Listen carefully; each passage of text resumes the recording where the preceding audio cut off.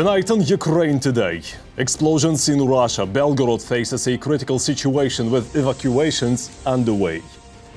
A spectacular and effective interception. Ukrainian F-16 jets take on Russian Shahed drones. A direct threat to NATO. Why, according to the head of the Munich Security Conference, a ceasefire in Ukraine could be dangerous. Money versus common sense. Who and what is really behind the attempts to bring Russia back into global sports? All this and more right now. Hello, I'm Volodymyr Robchun and this is Ukraine Today. Please subscribe, hit the like button and let's get to the news. Almost traditionally, we start with events in Belgorod, Russia.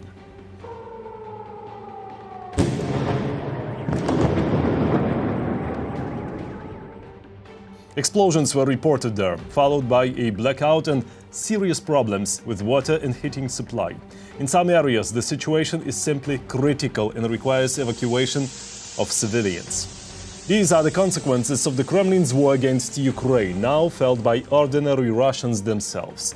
So this is what taking Kyiv in 3 days actually looked like.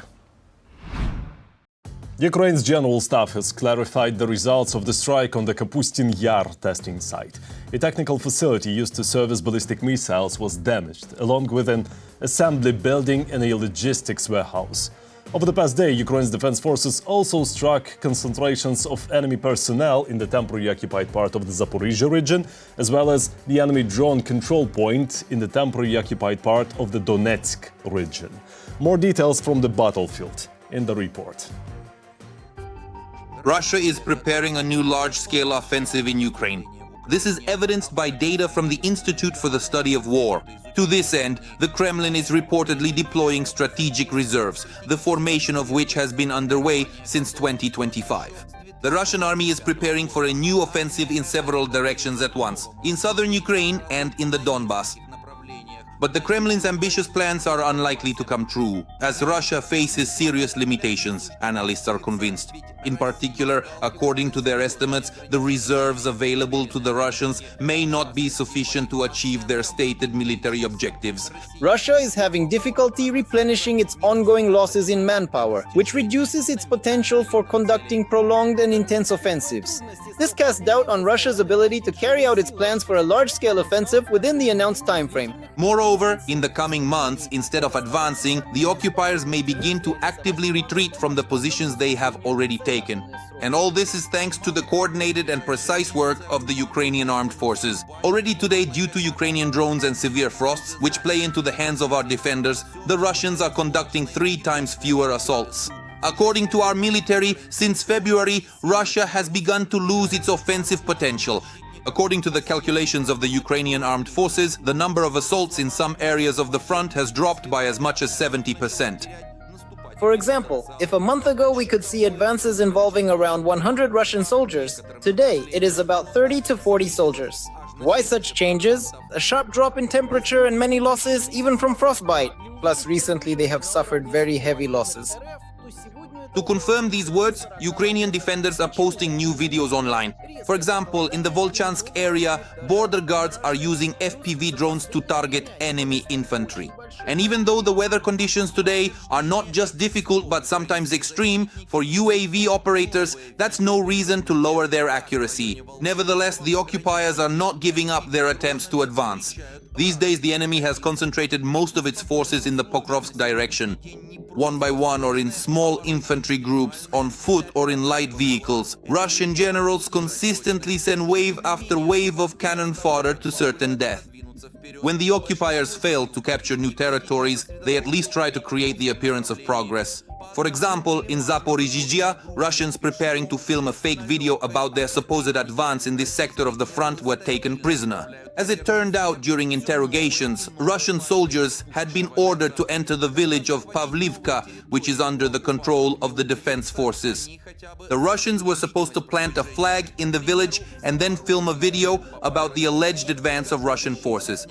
But the soldiers of the 128th Ukrainian Assault Brigade had their own opinion about that. As a result, part of the group of occupiers was eliminated and the rest are now giving interviews in Ukrainian captivity. In retaliation for their complete impotence at the front, the Kremlin's army resorts to terrorizing the peaceful Ukrainian population. It has become known that Russia is preparing new strikes on western Ukraine. Over the past day, 2 reconnaissance drones belonging to the occupiers flew over Rivne region, circled over Volyn, and are now flying over Lviv region. According to experts, this may indicate a planned attack. By the way, just this week alone, the enemy has launched more than 2,000 attack drones, 1,200 guided aerial bombs, and 116 missiles of various types at Ukraine. Almost every day, the Russians strike at the energy sector, logistics infrastructure, and residential buildings of innocent Ukrainians. Over the past 24 hours, Russia lost at least 1,250 troops killed and wounded. That brings Russia's total losses since the start of the full-scale invasion to 1,247,580 personnel. In addition, during the same period, Ukraine's defense forces destroyed 3 Russian tanks, 3 armored combat vehicles, 12 artillery systems, and dozens of other pieces of enemy military equipment. Killed and wounded children, destroyed homes. Last night, Russian forces attacked the Odessa, Kharkiv and Dnipro regions. In Odessa, a Shahed drone hit a residential building. At least 1 person was killed and 2 were injured. In the Kharkiv region, after a drone strike, rescuers pulled the bodies of a woman and a 10-year-old boy from under the rubble. 3 more people were injured. In the Dnipro region, residential buildings were damaged. 9 people were wounded, including a 13-year-old girl. The consequences could have been far more horrific if not for Ukraine's air defense forces. Unfortunately, air defense is not 100% effective, but its importance is hard to overestimate. Air defense is not only mobile fire groups and missile systems, it also includes aircraft. Here are striking images of an effective interception of a Shahed drone by an F-16 fighter jet.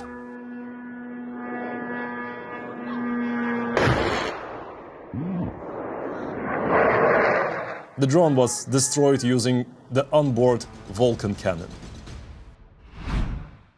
Meanwhile, Russian forces have started using heavy drones to launch FPV drones. Such cases have already been captured on camera. These exact images were filmed in the Sumy region. At the same time, Ukraine has imposed sanctions on companies supplying components for Russian missiles and drones. President Volodymyr Zelensky has signed the relevant documents. Who exactly will be affected and how this could influence the intensity of shellings? Answers in the report. Ukraine strikes at the aggressor's finances. As is widely recognized, Russia is currently facing an extraordinary and unprecedented wave of international sanctions. New sanctions have been imposed against companies involved in the production of Russian missiles and drones, as well as against entities in the financial sector of the Russian Federation. These sanctions are not just a form of punishment, but can also limit Russia's ability to wage war. The sanctions list includes 24 individuals and 27 legal entities, among them companies that supply goods for the production of parts, missiles and drones that Russia uses in its attacks on Ukraine. The production of this weapon would be impossible without foreign critical components, which the Russians continue to obtain by circumventing sanctions. For example, Madrigal. The company is engaged in the development of computer software. The CEO is Mark Berezkin, who also oversees business development. Berezkin calls himself a leader of revival. He was the one who traveled to the occupied part of the Luhansk region, where he conducted his masterclasses. So just now we were solving problems.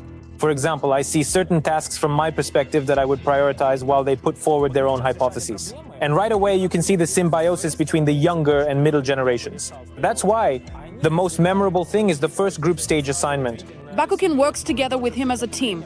He is an active Russian entrepreneur.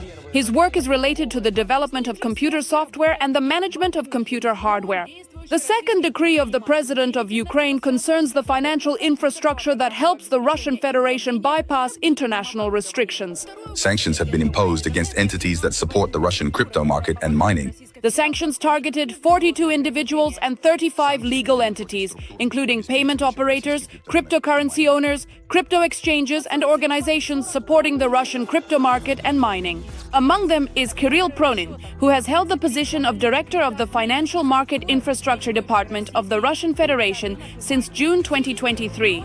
We must do every single thing within our power to establish the necessary foundational conditions so that, by utilizing cutting-edge financial tools and advanced digital technologies, we can significantly reduce the overall costs for all market participants and enable vital investments to be attracted at the lowest possible expense and with maximum efficiency. Sanctions have also been imposed on the director of Kyrgyz Capital Bank of Central Asia, Kantemir Cholbev. Meanwhile, Korolev and Dimitradze hold executive positions and are involved with data centers housing servers. Among them could be enterprises from the Russian military-industrial complex, as well as the oil and gas, metallurgical and aerospace sectors, along with telecommunications giants. Ukrainian hackers have repeatedly destroyed such data centers in the aggressor country. These are 400 virtual and 42 physical servers, which housed internal documentation, backups, and other programs that allowed clients to remotely manage production processes at enterprises. Ulucky is also on the new sanctions list. This is a Russian company specializing in real-time international payments. This company helped circumvent sanctions and purchase goods from China. Sanctions have been imposed on the A7 cryptocurrency network, which is used to pay for the supply of components for the production of Russian drones and missiles. It's wrong to leave things as they are. Moreover, when such things are happening now in our foreign trade, which is already hampered by sanctions and so on, we believed it was absolutely necessary to launch a project with a ruble stablecoin so that there would be liquid ruble instruments on the blockchain, which can potentially be utilized to facilitate and finalize various international commercial trade transactions. Buying and exchanging digital currency. This allows them to move money around bypassing sanctions. You can exchange your digital currencies for our token and then into fiat money. So that's how it works, huh? In 2025, the United Kingdom had already imposed sanctions against the Russian Federation's cryptocurrency sector, which included A7. Developed by a company owned by a fugitive oligarch, since February 2025, it has processed transactions totaling more than $9.3 billion. According to a report by the British Centre for Information Resilience, A7 may also be used in foreign influence campaigns conducted by the Kremlin. A new package of sanctions from the European Union is also on the way. The head of European diplomacy, Kaja Kallas, stated that work on the new sanctions package is ongoing.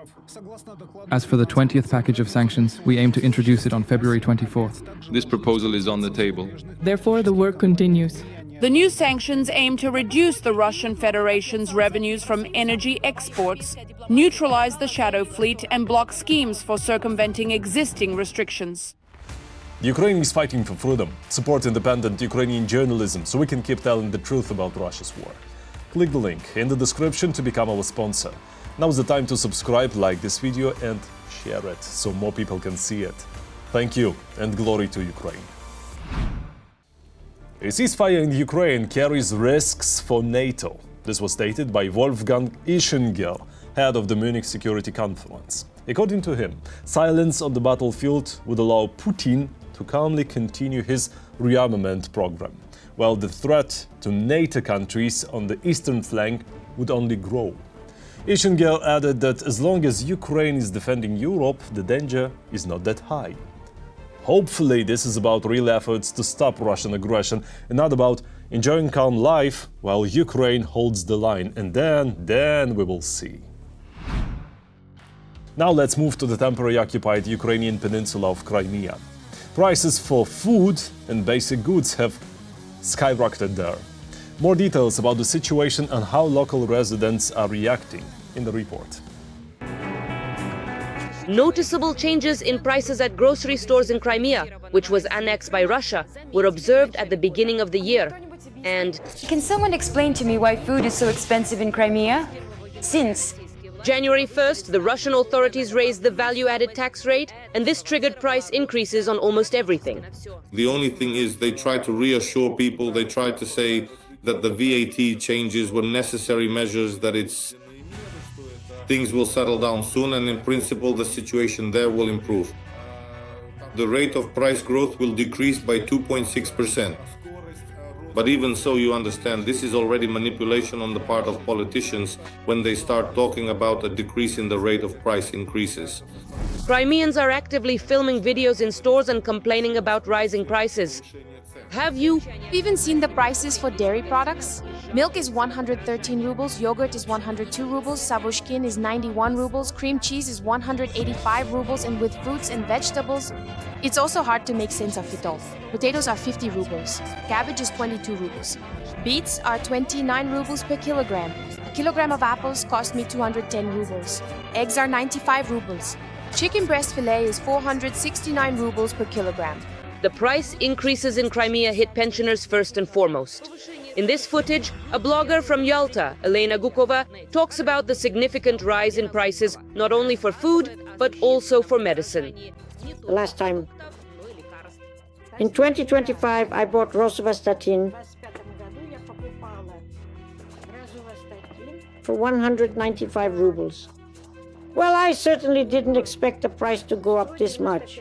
I actually thought that medicine prices wouldn't increase.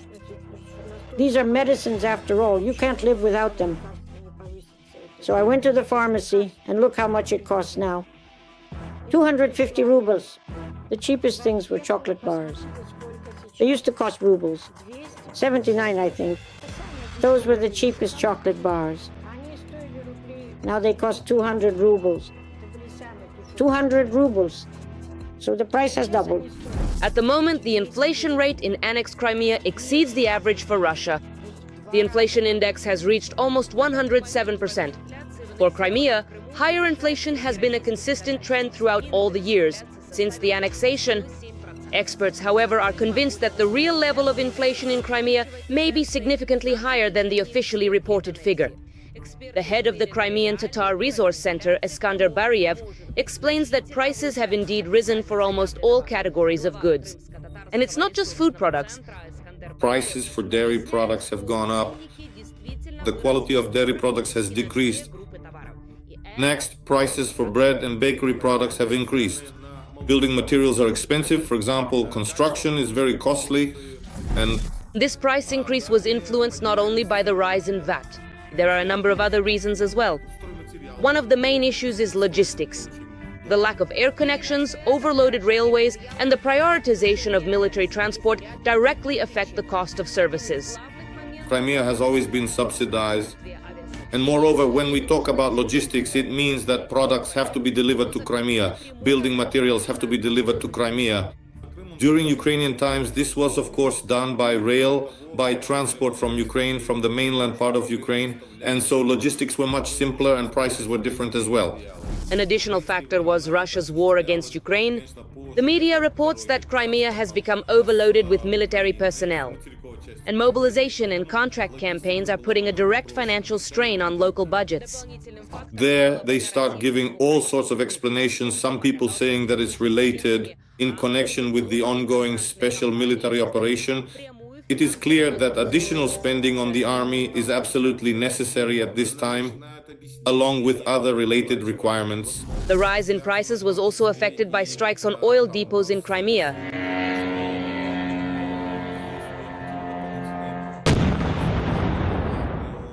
First of all, there were serious problems due to the explosions at the oil depots.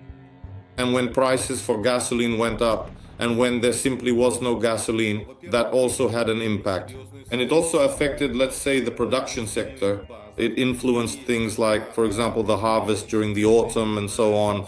In other words, logistical issues. Russia's oil and gas revenues are declining. Most regional budgets are becoming deficit-ridden, and Crimea continues to exist solely thanks to federal subsidies. Given the overall economic problems in Russia, a further decline in the standard of living is also expected in subsidized Crimea. Crimea is a subsidized region. Without external support, it is quite difficult for Crimea to survive. A lot here will depend on the overall economic situation of the Russian Federation itself. And we see that due to the sanctions policy, due to the budget deficit, and due to the fact that, indeed, since February they have been receiving less. The budget is suffering because of problems with selling oil and gas. the Russian Federation, its main source, is facing serious problems. And therefore, of course, this will also apply to and affect Crimea, and Crimea as well. I don't think we can talk about any improvement here. And Such a difficult and harsh kind of life sets in everywhere. Russia sets foot. And finally, about money that beats values, or rather money beating common sense. Russian football clubs received nearly 11 million euros in so-called solidarity payments from UEFA after Russia's invasion of Ukraine, according to The Guardian. These payments are meant for clubs that failed to qualify for European competitions. Here's the catch. Russia is an aggressor state and Russian teams are banned from European tournaments. At the same time, 5 Ukrainian clubs received no such payments because they were located in active combat zones. What do you think of this approach? Interesting, isn't it? Meanwhile, the International Olympic Committee and FIFA continue attempts to bring Russia back into global sports. More on who and what is behind this in the report. Bloody war, occupation of foreign territories and energy terror against the civilian population don't matter. The largest international sports organizations are discussing the return of the Russian Federation to major sports. We should never, under any circumstances, ban any country from playing football. As for the question of whether I would consider lifting the ban for Russia, we definitely have to do this because this ban has failed to achieve any positive results whatsoever. It has only led to even more feelings of deep disappointment and widespread hatred.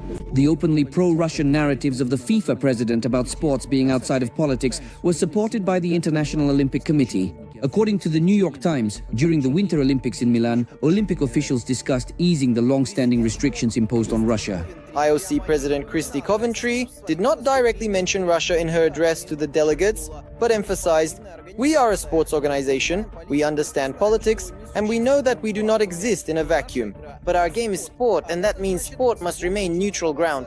But it's not just about talk. In the past few months, the international federations of judo and taekwondo, both Olympic sports, have lifted all bans and restrictions on Russian athletes. At the same time, the IOC recommended allowing Russian and Belarusian juniors to participate in the Youth Olympic Games. Sport is outside of politics, just as culture is outside of politics, just as singers are outside of politics. Well, let's keep going with this analogy. The economy is outside of politics. The classic principle, divide and conquer. It adds up to one big layer that can't be digested, the sanctions against the Russian Federation and the overall stance, and gradually it's being broken down into clusters. Here it's through sports, there through culture, and a bit through the economy. For Russia, sports and related international events have always been a tool of propaganda and a kind of smokescreen for aggressive foreign policy actions. The delicate white snowflakes slowly and spectacularly transform themselves into the iconic Olympic rings. Bravo! Wow, we can see everything so beautifully from here. Oh, look, one of the rings didn't open, right? Under the cover of the Sochi Winter Olympics, Russia occupied Ukraine's Crimea. While the Olympic community was celebrating Putin's ego, his little green men were starting a war against Ukraine. Openly, through the Kerch Strait by ferries, there was no bridge back then. It was impossible to force and deliver Russian military groups to Crimea. That would have been too obvious, so a cover story was created about rotating the group that was supposedly providing security for the Olympic Games. FIFA also provided significant support for Russian aggression. Amid the seizure of the Ukrainian peninsula and the ongoing war in eastern Ukraine, the International Football Federation awarded Russia the most popular sporting event, the 2018 FIFA World Cup. Russia is beautiful, Russia is awesome, Russia is amazing. Come on, I love Russia. President Vladimir Vladimirovich Putin, my dear friend, please, I am asking you to grant me the honor of Russian citizenship. Ukraine proposed stripping Moscow of the right to host the World Cup, but blood money doesn't stink.